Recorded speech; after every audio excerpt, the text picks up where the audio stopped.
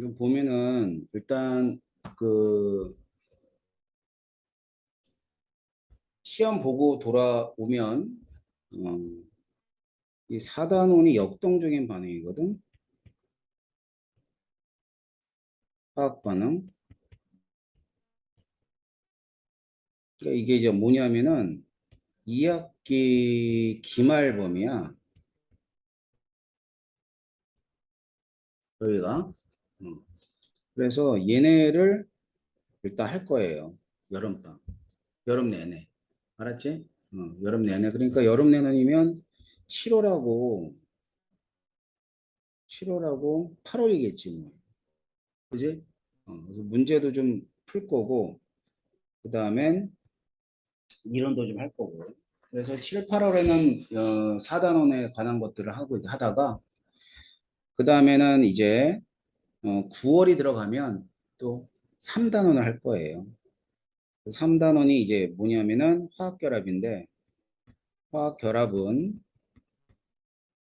화학결합이 이게 2학기 중간고사 범위야.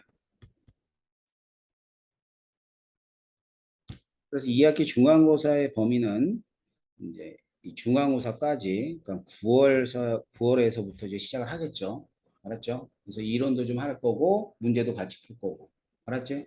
그런 식으로 할 건데, 어, 자, 2반은 뭐가 다 끝났었냐면, 사실은 3단원에 대한 내용들이 다 끝났어요. 여기까지 다 끝났죠.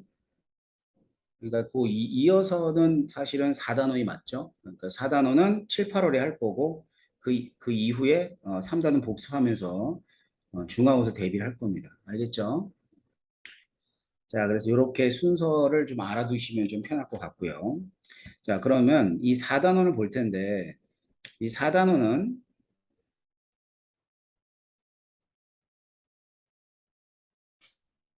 그 역동적인 반응이라 그래요. 역동적인 반응에서는 세 가지를 좀 알아두는데 어떻게 보면 네 가지겠다.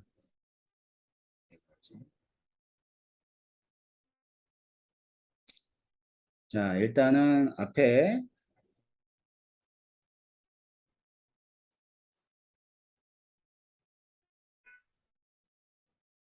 평형에 관한 개념을 좀 이해를 해야 돼요.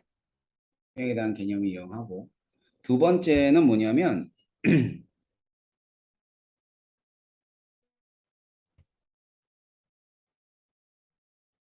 우리가 흔히 반응열이라고 그래요.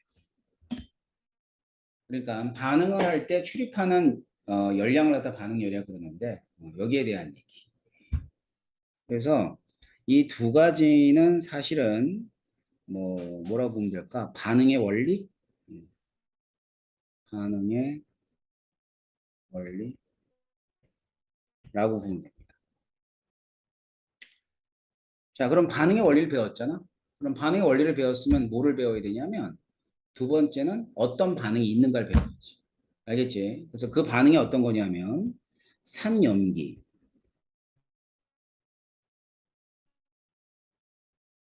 반응하고요. 그 다음에는 산화 환원 반응.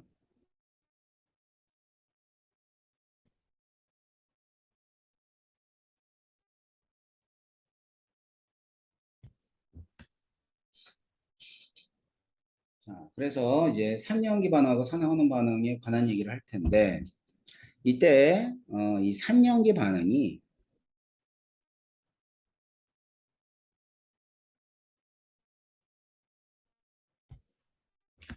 킬러 문항. 다시 말하면 이제 중화 반응이죠.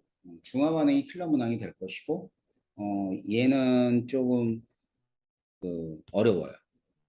이 킬러 문항이. 그래서 가장 어려워하는 단원 중에 하나가 이 단원입니다. 근데 이 단원이 어려운 이유 중에 하나가 이유는 또 뭐가 있냐면 반복을 안 해서 그래요. 보세요. 1단원은 우리가 중간고사 때도 누적이 되고 또 2학기 중간도 계속 누적이 되기 때문에 1단원 되게 자주 봐. 근데 4단원은 어때? 딱 기말만 본단 말이야. 알았지? 그런데다가 모든 수업을 들었을 때 1단원은 무조건 듣죠. 이제 인강을 들어도 그렇고 아니면 학원 수업을 들어도 그렇고 그러다가 4단원까지 다 끝내지 못해요. 그렇기 때문에 4단원은 여러 번 반복하는 게 되게 중요한 그런 포인트라고 보시면 돼요. 알았죠? 자, 그래서 이제 처음에 보는 거는 뭐냐면 자, 평행에 대한 얘기를 좀 해봅시다. 그 전에 봐야 되는 게 이제 반응에 관한 얘기를 좀 볼 텐데 어, 반응은 이제 반응물이 생성물이 되는 게 반응이죠. 그죠? 이제 화학 반응이라는 것은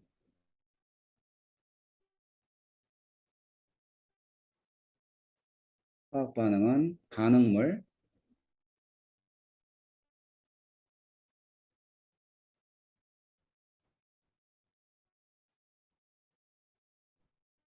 생성물이 되는 게 화학 반응이야.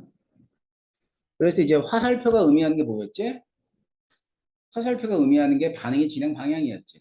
그지? 그래서 왼쪽에서 오른쪽에 가는 걸 이제 무슨 반응이라 그러냐면 얘를 정반응이라 그러고요. 오른쪽에서 왼쪽으로 갈 때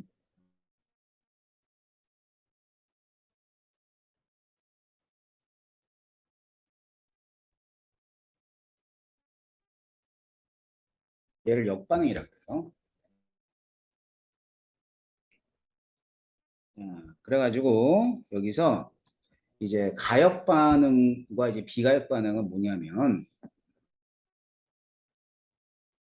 먼저 비가역 반응부터 볼게요. 비가역 반응은 정반응은 일어나지만 역반응이 일어나기 힘든 반응이에요. 여기서 이제 가장 중요한 단어가 뭐냐면 힘들다라는 이 표현이에요. 힘들다라는 표현.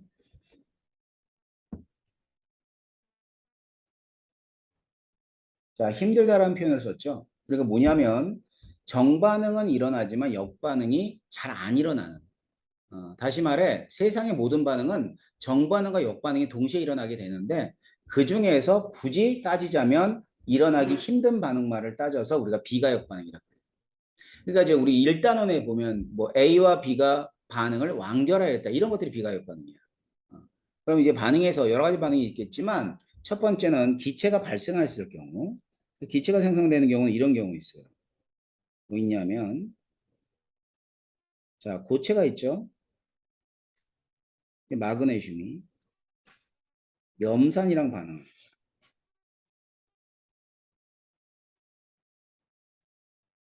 그러면 MgCl2가 되고 이렇게 해서 수소 기체가 생성이 됩니다. 그럼 수소 기체가 이제 생성이 되면 수소 기체가 생성된 다음에 날아갈 거 아니에요.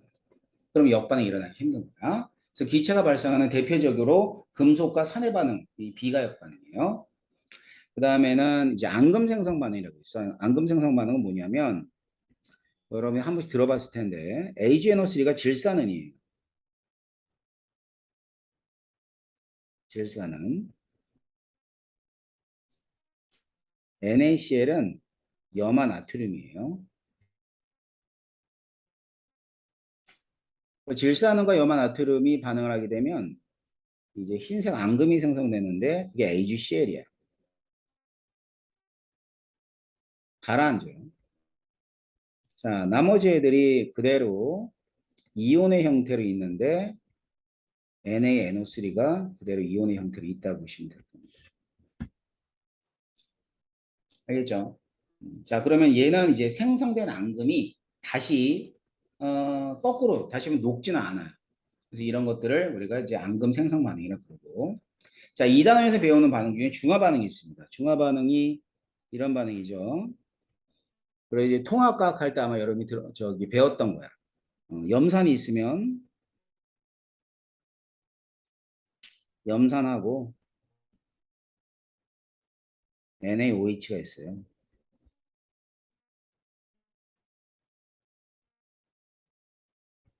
자, 염산과 NaOH가 반응하게 되면 NaCl이 되고 그다음에 H2가 생성이 됩니다. 자, 그러면 산과 염기가 만나서 이와 같이 물이 생성되는 이런 중화 반응은 비가역 반응이라고 생각하면 돼요. 알겠죠? 자, 그럼 이제 사실은 이런 애들도 이 반응이 일어나지 않는 건 아니라고 조금씩 일어난단 말이야. 알았지? 근데 이게 너무나 작게 일어나가지고 우리가 비가역 반응이라 한대요. 그렇다면 세상의 모든 반응은 가역 반응이라 얘기해도 관계는 없죠. 가역에 대한 얘기를 좀 볼 텐데. 자, 가역은 어떤 시점이든 무조건 반응은 일어나. 어떤 조건이든. 그러니까 정반응과 역반응이 동시에 일어나는 그런 반응이에요. 그런데 겉보기로는 정반응이 조금 더 우세하게 일어날 수 있어요. 그럼 정반응만 일어나는 것처럼 보이기도 하고요. 그 다음에 어떤 경우는 역반응만 일어날 수 있는 거죠. 예를 들어서 물이 증발을 하는데 물이 증발을 하고 그다음 물이 다시 그러니까 물이 증발하는 걸 수증기가 되는 거죠. 수증기가 됐다가 수증기가 다시 물이 돼요. 그런 이런 현상이 어, 여기 우리 교실에서 일어난다 그러면 어떻게 될까? 증발하는 것만 보이는 거야. 알겠지? 날아가는 것만 보이고 그다음에 응축되는 거 안 보이는 거죠. 하지만 실제로는 증발과 응축이 다시 말하면 이게 증발이거든요.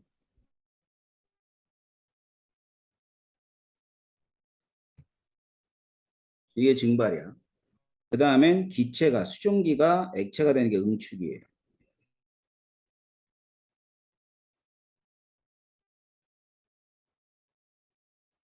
자, 그래서 이와 같이 물의 증발과 응축은 뭐에 해당하냐면 정반응, 역반응.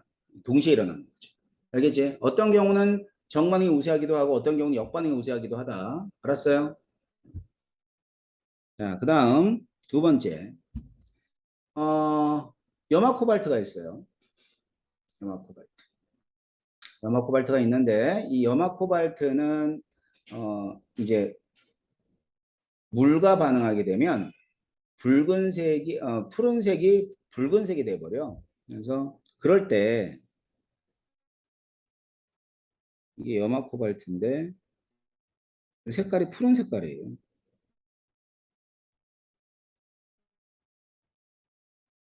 그 다음엔 얘는 붉은 색깔입니다. 붉은색을 띠죠. 자, 그래서 푸른색의 염화 코발트가 붉은색이 될 때 이제 물과 반응을 하게 되는데 물과 반응했죠. 그지? 그런데 다시 얘를 갖다가 마구마구 가열하게 되면 푸른색의 염화 코발트가 됩니다. 알았죠? 그러면 이제 조건에 따라서 얘가 되기도 하고 얘가 되기도 하고 이런 것들이 이제 뭐에 해당하냐면 가역 반응. 그다음에 이제 우리 교과서에 가장 많이 나오는 그 가역 반응 중에 하나가 뭐냐면 석회동굴의 형성. 그러니까 석회동굴은 뭐예요? 석회암 지대에 돌이 녹아서 된 게 석회동굴이에요. 자, 그래서 일단 이게 석회암이에요. 이게 석회암.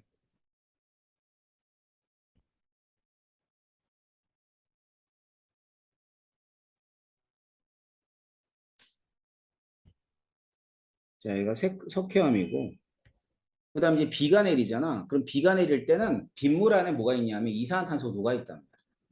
알았지? 그럼 석회하면 막 비가 내리고 물이 흘러 내려가. 그렇게 되면 이렇게 해서 이 고체가 이 석회암이 녹아버려서 어떤 형태를 띠냐면 이와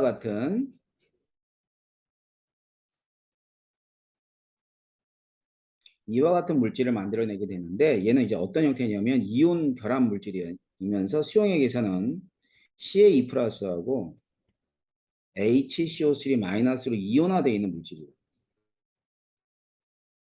자, 그렇게 되면 정반응이 뭐냐면 석회 동굴이 생성되는 거고요.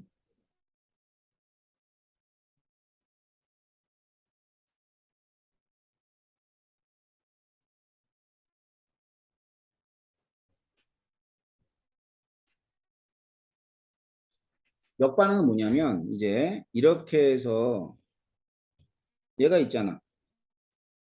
그런 석회 동굴이 생성되면 이렇게 한 방울, 두 방울 액체가 돼서 떨어져요. 그러면서 여기에 이런 식으로 뭐 석순이라든가 아니면은 녹아내려서 이런 식으로 종유석이 만들어지거든. 알았지? 그러니까 이제 동굴이 이렇게 있으면 동굴에서 밑에서 내려오는 거는 종유석이라 그러고 뭐 이렇게 되는 건 뭐 석순이라고 이렇게 돼. 알겠지? 그럼 얘네들이 만들어질 때 어떻게 만들어지죠? 역반응을 통해서. 그래서 역반응 이쪽이죠. 얘는 종유석이 생성이 됩니다.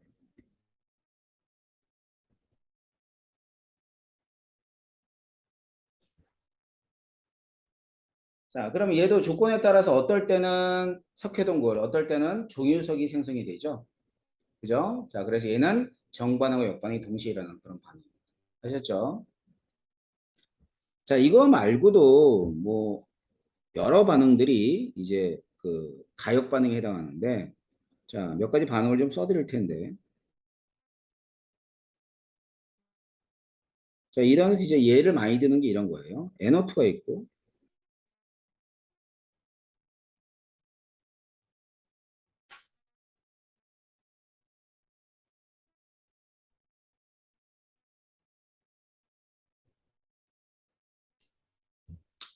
자, NO2가 N2O4가 됩니다. 그랬을 때 이 NO2는 색깔이 갈색이에요. 그 다음에 N2O4는 색깔이 무색입니다. 그래서 갈색이 무색이 되기도 하고 무색이 갈색이 되기도 하고 뭐 이런 반응이 있는 반면에 그 다음에 또 이런 것도 있어요.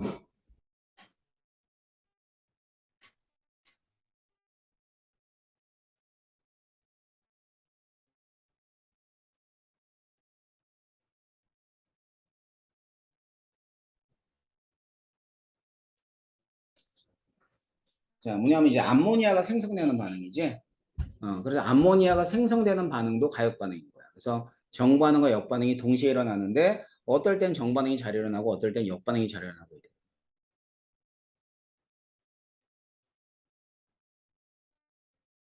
자, 그래서 이와 같이 이제 가역 반응은 이와 같은 여러 가지 경우가 있는데 크게는 두 가지예요. 자, 물리적 변화에 대한 그 물리적 변화라는 얘기는 물질의 성질이 안 바뀌는 물리적 변화에 대한 가역. 그 다음엔 화학적 변화에 대한 가역. 이렇게 나눠집니다.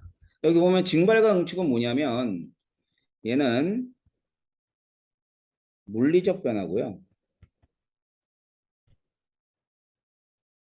자, 나머지는 뭐냐면 다 화학적 변화야. 뭐 특히 니은 2번도 그렇고 3번도 그렇고. 그런데 여기서는 이제 많이 보는 게 이거, 이 반응들. 그래서 이거는 화학적 변화.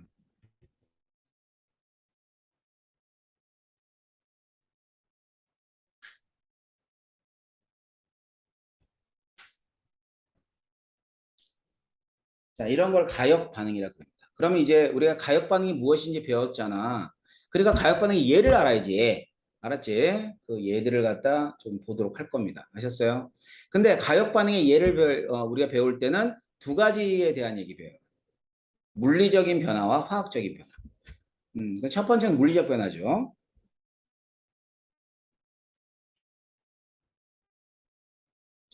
그러면 봅시다. 자, 지금 여기 보면은 어떤 물질이 있는데 뭐 예를 들어 물이라 그럴게요. 물.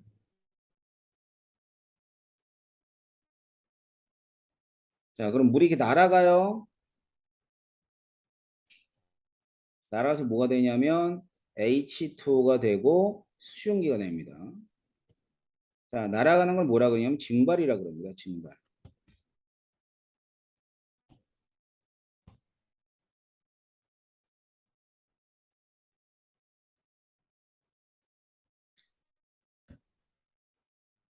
근데 이 표면에는 일단은 이 액체 상태는 말이야. 이게 액체인데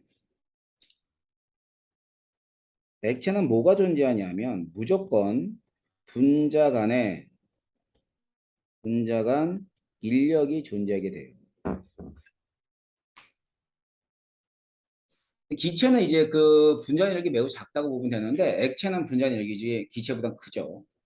자, 그러다 보니까 이 액체 표면에서, 여기가 액체 표면이에요.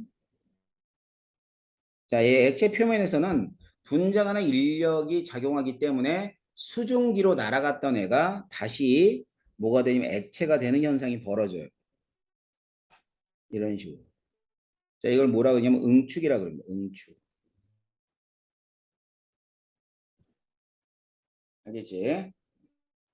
자, 그런데 이제 이게 뭐 물컵이라고 생각하고 물컵을 갖다 열어놨어요.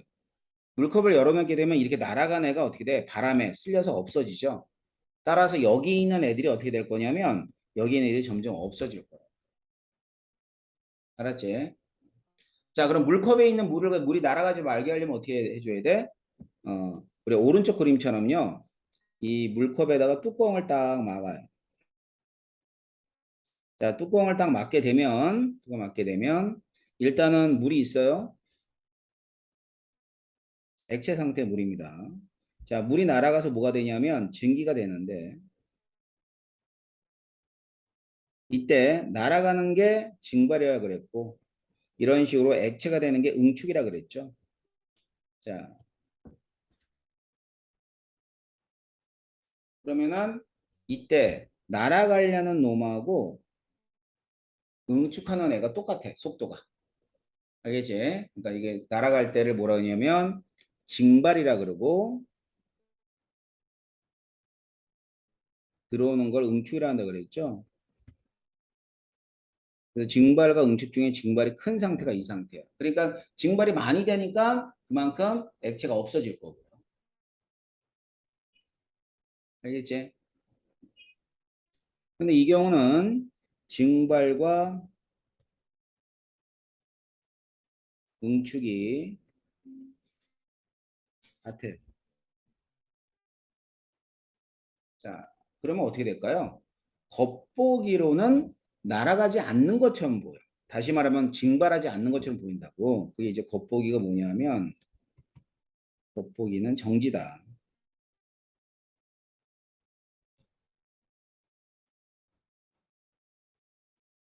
정지다. 자, 그런데 가역 반응에서는 절대로 정지란 말은 못 씁니다. 알았지? 예, 정지는 아닌 거지. 그러니까 다시 말하면 증발과 응축이 일어나는데 속도가 같을 뿐이라고. 그래서 이런 경우를 뭐라 그러냐면 이제 동적 평형이라 그래요.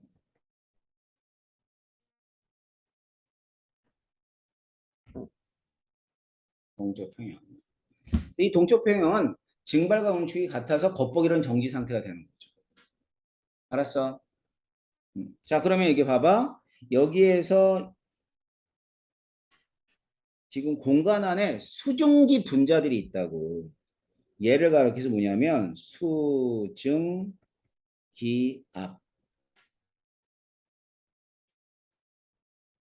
압력이 압력. 그러니까 증기압이라 그래요. 증기압. 줄여서. 증기압이라고 합니다. 자, 이런 식으로 돼 있는 게 동적 평형이야. 알았지? 그러니까 동적 평형은 뭐라고? 겉보기엔 정지 상태. 근데 실제로 정지다, 정지 아니다. 실제로 정지가 아니다 이런 뜻이죠. 알겠습니까? 그래서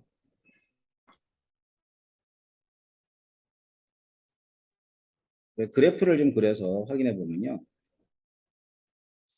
어떤 변화에 대한 얘기를 하고 있냐면 H2가 있으면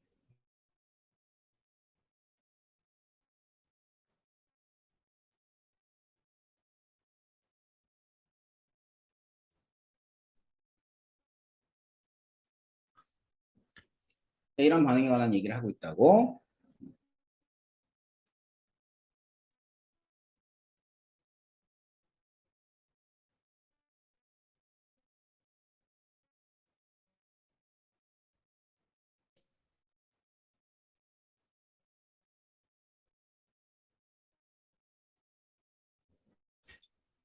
자, 몰수를 살펴보게 되면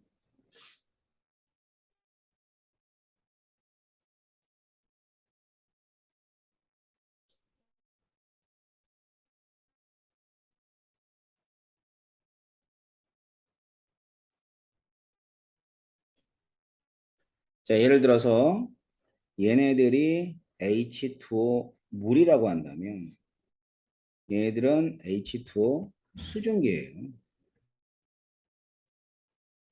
증기. 알았지? 그러니까 물은 맨 처음에 어떻게 돼야 돼? 물이 맨 처음에 많아야 될 거 아니야? 근데 점점점 없어지게 되고 그다음 수증기는 점점 늘어나게 될 거라고요. 그렇게 되면 이때 여기가 시간이거든요. x축이. 시간일 때 요 t초 이후 얘하고 얘가 어때요? 똑같이. 몰수는 똑같지 않지만 일정이 유지되고 있죠. 그지? 그래서 여기 TU를 우리가 뭐라 하냐면 요때를 평형이라고 하는 겁니다. 알겠지? 자, 그러면 이러는 동안에 속도를 보게 되면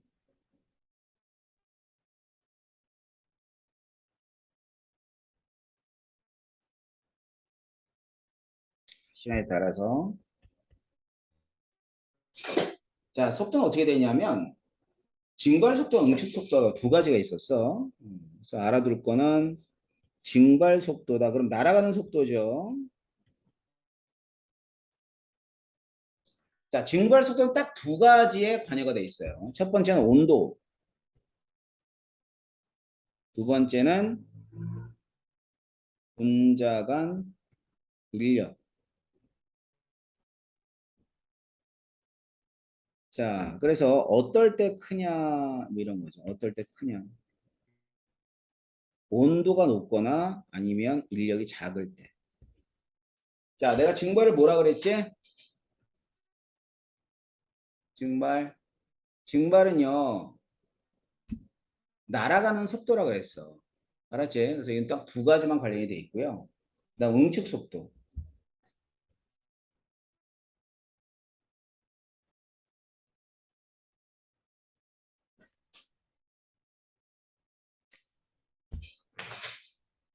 자, 응축 속도는 이렇게 돼 있어요. 생각해봐. 이 공간에 얘가 많으면 많이 들어오겠지. 그럼 공간에 얘가 적으면 조금밖에 안 들어올 거란 말이야. 그래서 응축 속도는 증기상 물질의 몰수.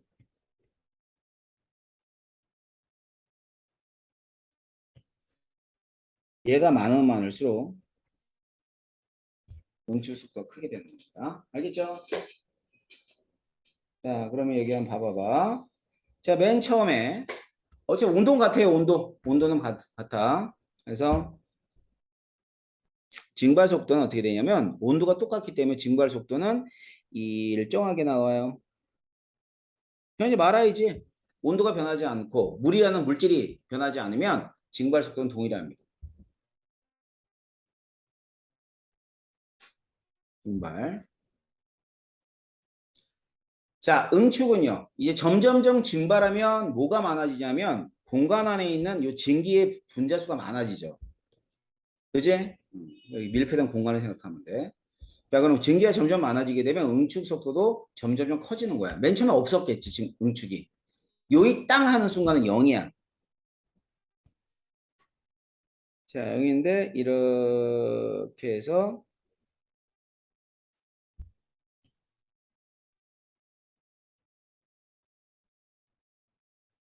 이 시점 이후에서는 응축 속도와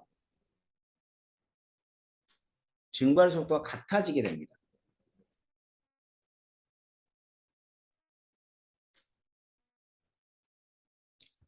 알겠지? 응축 속도와 증발 속도가 동일하게 된단 말이야. 그래서 요 t초 이후가 뭐라 그러냐면 이때를 우리가 평형이라 그러고 평형에서는 증발과 응축이 동일하다라고 보시면 돼요. 자, 이런 걸 상평형이라고 합니다. 상평형. 알았지? 상평형인데 상평형은 물리적 변화이기 때문에 다른 말로는 물리평형이라 하기도 해요.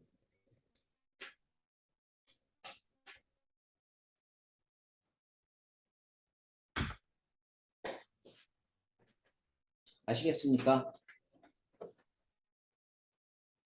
그러면은 이제 우리가 그 어떤 물질의 상태 변화가 일어날 때 평형에 관한 얘기를 봤습니다.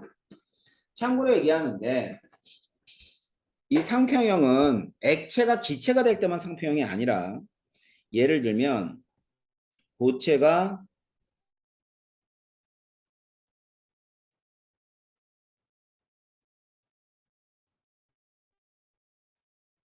액체가 될 때.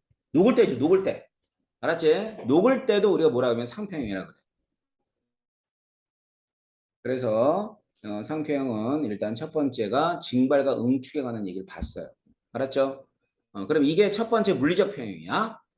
두 번째 물리적 평형을 보기 앞서서 잠깐 쉬었다가 하도록 할게요. 오래간만에 이론 수업하니까 많이 졸리.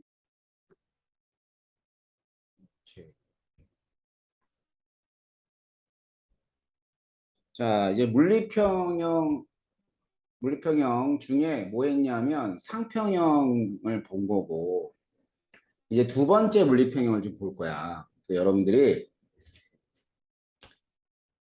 옛날에 배웠던 내용이야. 언제 배웠냐면 중학교 때. 이 용해 있잖아, 용해. 그지?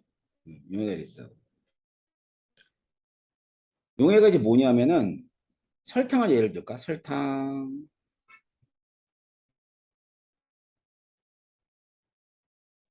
자, 이거 설탕이에요, 설탕.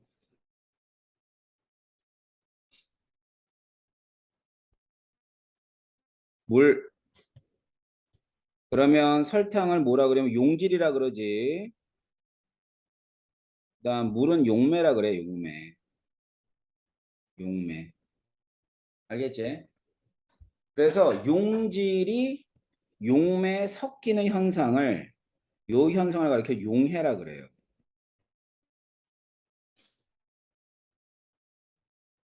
그럼 이제 이렇게 용질 녹아 있을 거 아니야? 이런 식으로. 그럼 이 용질이 다시 설탕이 되는 거죠. 이걸 석출이라고 그럽니다. 석출. 알겠지?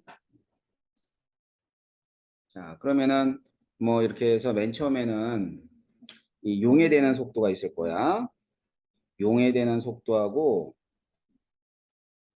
그다음에 석출되는 속도가 있으면 용해 속도하고 석출 속도 중에는 용해 속도가 좀 빨라요. 그러다가 좀 시간이 지납니다.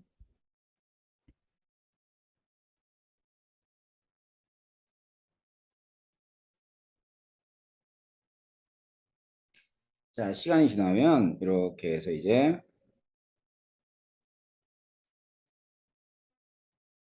애들이 여기 줄어들어 있어요. 설탕이. 자, 그러면서 겉보기로는 겉보기로 녹지 않는 것처럼 보여. 겉보기는 정지한 것처럼 보여. 하지만 절대로 정지란 말을 못 쓴다 그랬지. 그지? 자, 겉보기로 정지한 것처럼 보이는 이유는 용해되는 속도하고 석출되는 속도가 어떨 때야? 같겠지. 둘이 똑같을 때.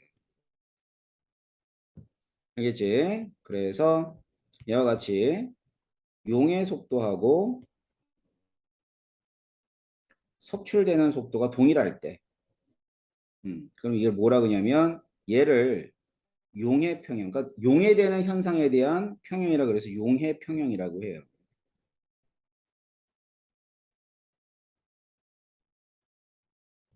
알겠죠? 용해 평형. 자, 그래서 이제 용해 평형에 일어난 이런 용액을 무슨 용액이라고 그러냐면 이런 용액을 우리가 흔히 포화 용액이라고 그러는 거야. 포화 용액 들어봤죠? 자, 그리고 나선 용해가 더 빨리 일어나는 경우를 불포화라고 그럽니다.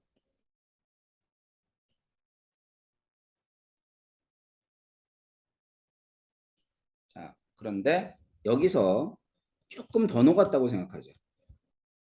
조금 더 녹은 거야.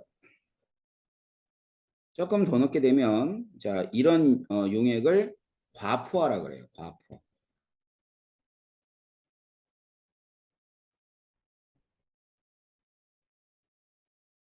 이 과포화 용액은 화학적으로 되게 불안정해. 자, 불안정하니까 어느 쪽으로 가야 돼? 안정한 쪽으로 가야 될 거 아니야. 그제? 안정한 쪽으로 가는데 어느 쪽이냐면 이제 이쪽으로 가겠죠. 포화 쪽으로 가겠죠. 그러면 이때는 뭐가 더 빨라야 될까? 용해보다는 석출이 빨라야 돼. 알겠어? 그래가지고 이렇게 중간에서는 용해하고 석출 중에는 뭐가 더 빠르냐면 예, 석출이 더 빠르다고 보시면 됩니다. 그래서 이런 불안정한 과포 영역이 바로 여러 가지 자극을 주면 돼요. 뭐 그 자극이 뭐 어렵진 않아. 뭐 벽을 긁는다든가 어떤 용기가 있으면은 여기에 벽을 긁는다든가 툭툭 친다든가 그러면 어디로 가냐면 이쪽으로 포화 영역 쪽으로 가게 돼 있다. 알겠어요? 자, 그래서 이때도 이제 용의 속도하고 석출 속도에 관한 그래프를 그려보면 이런 식으로 그려져요. 똑같아요. 앞에서 봤던 거하고. 자, y축이 속도고요. 이 시간입니다. 일단 용의 속도는 물질의 종류와 온도에 따라 결정하기 때문에 같아요. 이 용의. 석출은 이런 식으로 됩니다. 이게 석출. 그렇게 되면 요 시간 이후에 요 t 시간 이후에 여기를 뭐라 그러냐면 평형이다라고 얘기를 하는 거예요.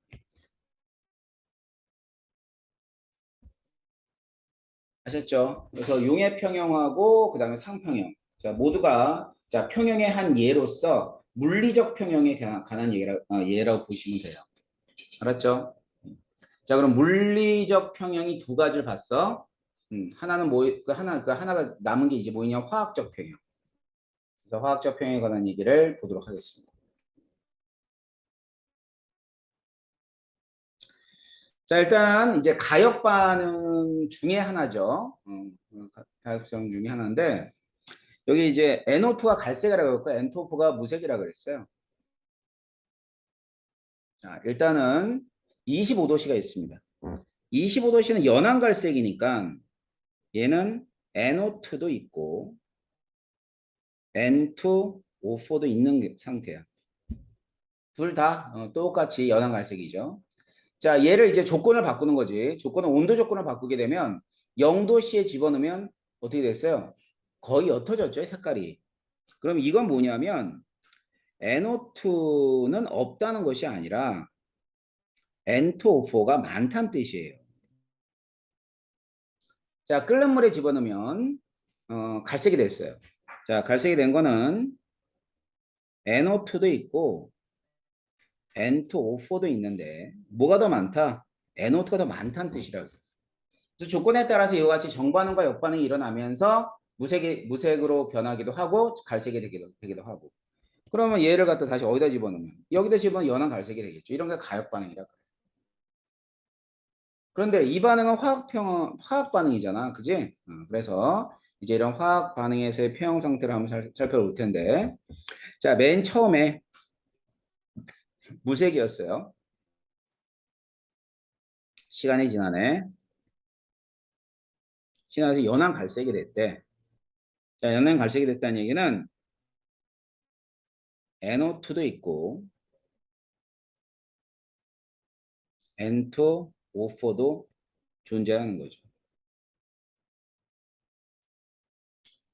그런데 연한 갈색으로 색깔을 그대로 유지를 해.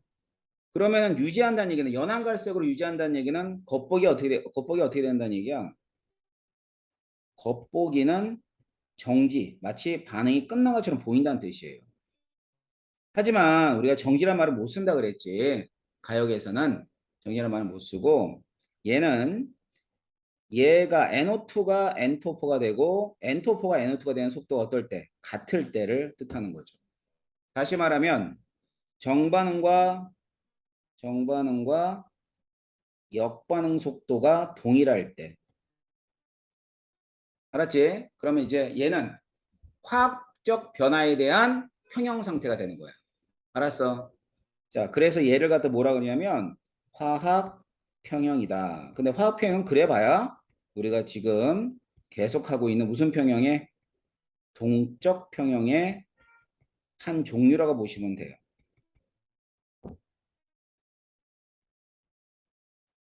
됐나요? 그래서 NO2가 N2O4가 되고 N2O4가 NO2가 될 때 이런 같은 동조 표현을 도달하게 되는 거죠. 자, 그렇다면은 물질의 농도, 그러니까 이게 평형 상태야, 평형 상태.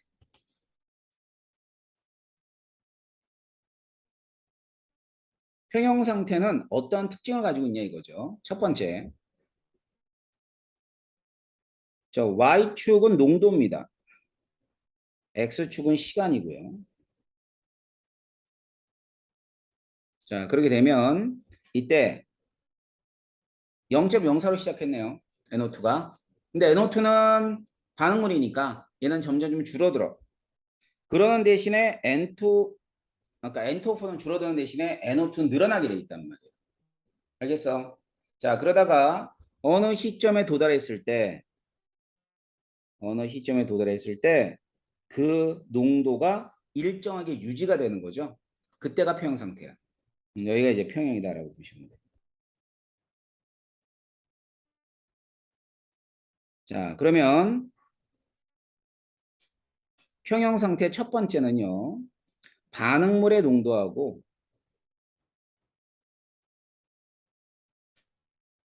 농도와 그다음에 생성물의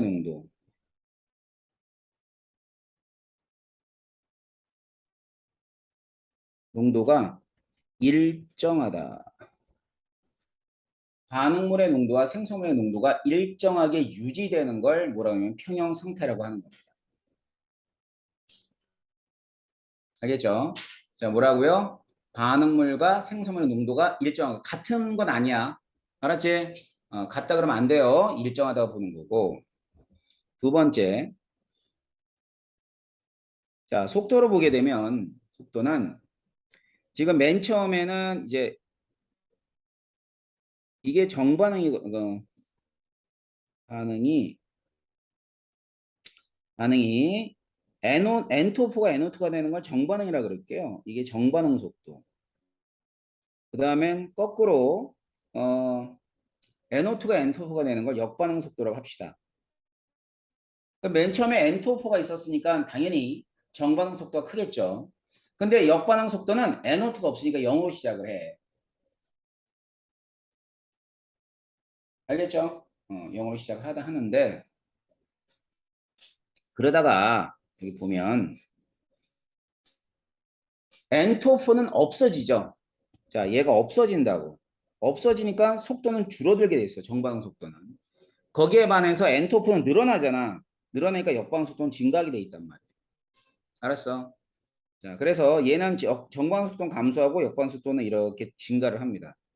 그러다가 어느 시간 이후에서는 요 시간 이후에서는 두 놈이 정반응과 역반응 속도가 동일한 상태가 돼버리고 여기를 우리가 평형이라고 하는 거예요. 알겠지? 자, 그래서 평형 상태는 정반응 속도와 그 다음에 역반응 속도가 동일하다. 자, 그럼 평형 상태의 의미는 두 가지입니다. 첫 번째, 반응물과 생성물의 농도가 일정하며 두 번째, 정반응과 역반응 속도가 같은 경우로 우리가 평형이라고 합니다.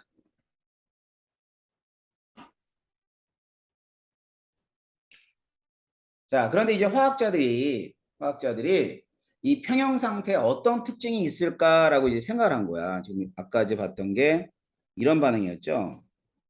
N2O4가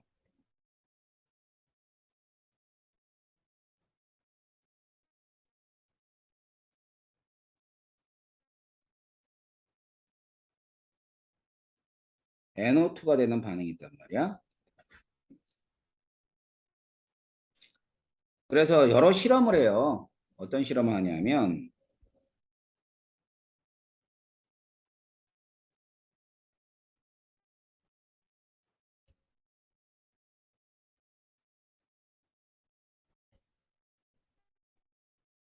이 반응에서 N2O4의 평형 농도하고 NO2의 평형 농도를 측정을 해보는 거야. 그래서 1 일몰 농도, 일몰 농도. 실험 첫 번째는 일몰 농도, 일몰 농도였고, 얘는 4몰 농도, 2몰 농도. 세 번째는 9몰 농도, 그 다음엔 9몰 농도하고 얘는 3몰 농도. 뭐 이렇게 되더래요. 알겠지? 이거는 이제 실제로 실험한 그 값에 해당하죠. 그래서 얘네들이 이제 평형 농도들이 어떤 관계를 가질까라고 이제 고민한 거지, 화학자들이. 그래서 이제 결론을 내려본 게 이렇게 된 거죠.